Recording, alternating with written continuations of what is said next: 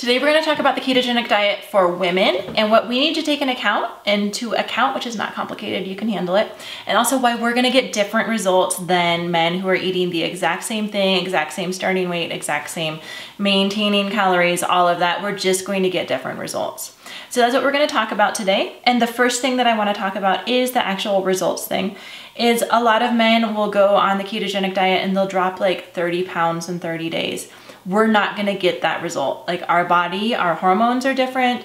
Our body is designed to not get to as low of a body fat as man, and we don't pack on muscle mass like they do. So muscle burns calories like crazy, and we're not going to pack on muscle mass like men. Which is something that how our body is designed. And I know this can be frustrating that we have to do things for 4 or 5, 6 times longer to get the same results as the men in our lives. But just try to remember and be thankful that biology chose us to be the carers and the carriers of our very little babies. And so even if you don't want to be pregnant and you're not planning on being pregnant later, just try to be thankful that biology thought that we are more capable and gave us the different chemical and hormonal profiles to be able to take care of young children. So that's an enormous responsibility. And with that responsibility comes a body that does not shed fat as quickly. And so that's something that, don't be discouraged. It's not that it's not working for you. It's that we just don't drop fat as quickly as men do. So the second thing we're going to talk about is water retention. And this can come with our hormone cycles. And even if you've entered menopause, you're still going to get some of the hormone fluctuations. It's just how life goes. And so we might actually be losing fat, and then those fat cells just, they decide to fill with water instead. And so you can kind of tell if you're like really meticulously looking at little spots of fat on your body, you can tell that it becomes a little bit more squishy. And then a lot of times we will be on a calorie deficit. So we'll have lower calories taking in than we are burning through our daily living activities. And so we've been on this for like 4 weeks and we're not seeing the scale move at all. And then suddenly like something will come up and suddenly we go down 4 pounds. You didn't just burn 4 pounds yesterday, even if you did go for a really long walk. It's just that your body decided to stop storing water in those fat cells. And this is kind of, I'm not sure, I couldn't find on PubMed any documented research of this, but this is kind of like what we think happens when we lose weight, is we lose the fat. We burn the fat, so it comes out and it has that energy in it, and then it turns into CO2, which is what we breathe out, and it turns into water, which we pee out. So when we're losing fat, we usually have to go to the bathroom a lot more often, and then you'll wake up with a lower reading on the scale. And so that's just kind of how fat loss works. That works for men too, but women, we seem to be a little more hypervigilant about it and looking a little bit more carefully. It's just something that we do, and that's to be expected. You're gonna see whooshes, which is the very official term for it, and not just a losing like 1/4 or 1/8 or 1/10 of a pound every day, even if you're keeping the exact same calorie deficit every day and your exercise is similar. So that's something that we see, and a lot of times we will retain water around our cycles. And so if you're expecting your period in like the next week, or you just started, you'll kind of get to know your own body and know like 3 days after I start my period is when my weight will decide to just chill out and stop holding all that water. And so if you aren't seeing the numbers move on the scale, don't assume it's not working. It is working. It's just taking a second for your body to actually finish getting rid of all the stuff that's in those cells. And so then just a quick reminder, we do want to count calories. Just do a spot check. I wouldn't count calories every day. That's kind of tedious. You do definitely want to count carbs to make sure you're staying in ketosis, and that includes weighing your food to make sure you're not either over or underestimating. Like I usually underestimate meat and I overestimate nuts and greens. That's just kind of how it goes. So having a scale, and I'll link to it at the end of this video on how to use a scale. It's way probably simpler than you think, and scales are like $7 or $9 on Amazon.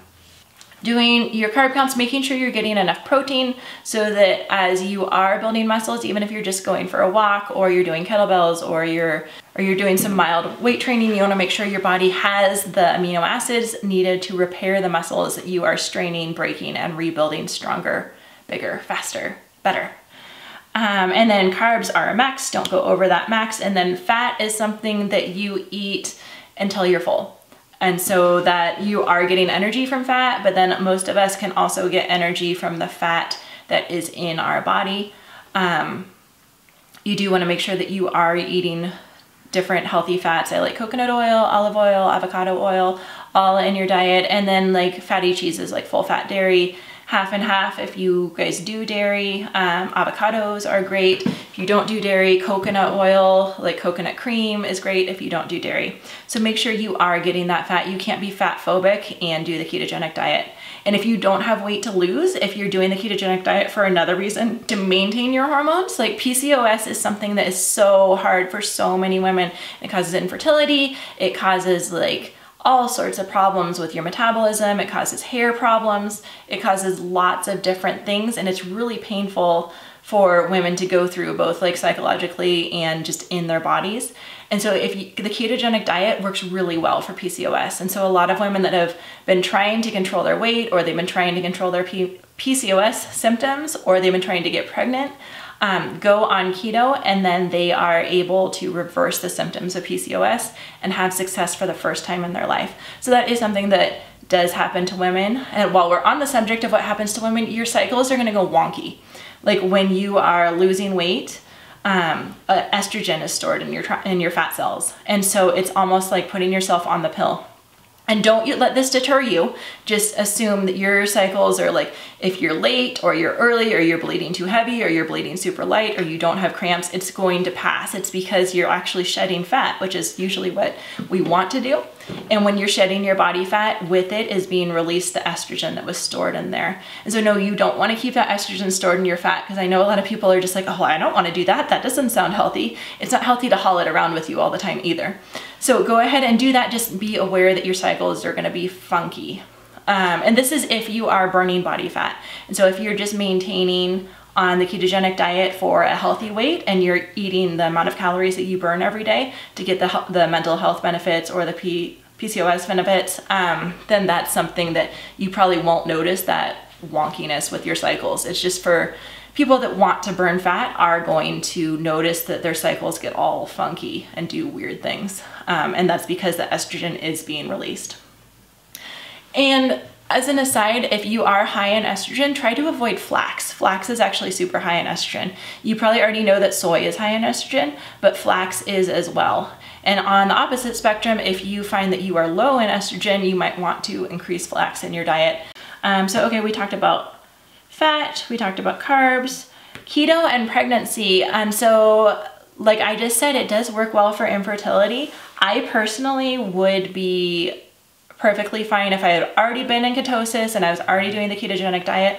I would be perfectly fine and think it's probably very good for my baby to go through pregnancy on the ketogenic diet. I would not enter into ketosis because it is kind of a strain to your system to have to go into that and to become fat adapted.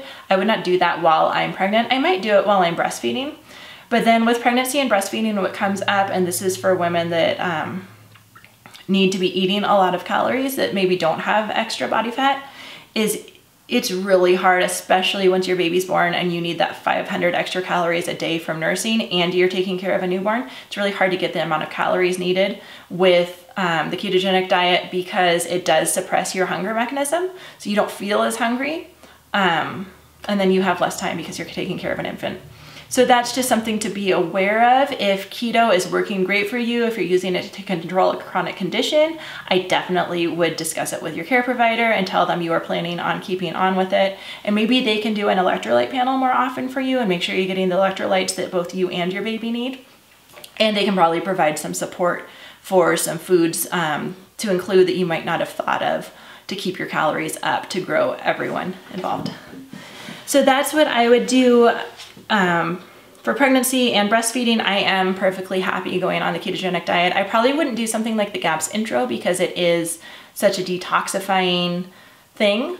But the ketogenic diet, if you're used to it already, or even GAPS intro, if you're used to it already, is something I personally would be comfortable with. Check with your care provider, but it's not something that I think they would have a super hard time with. So again, I'm Kara from Health, Home, and Happiness. We are doing a whole series on the ketogenic diet. Thank you for joining me for our women's ketogenic diet part of this series. If you want to click over there, I'd love to have you subscribe, and I will link to some other videos that I think you will find helpful and useful. And always, I love to hear from you in the comments, so drop me a comment below. Thanks, and I'll see you again soon.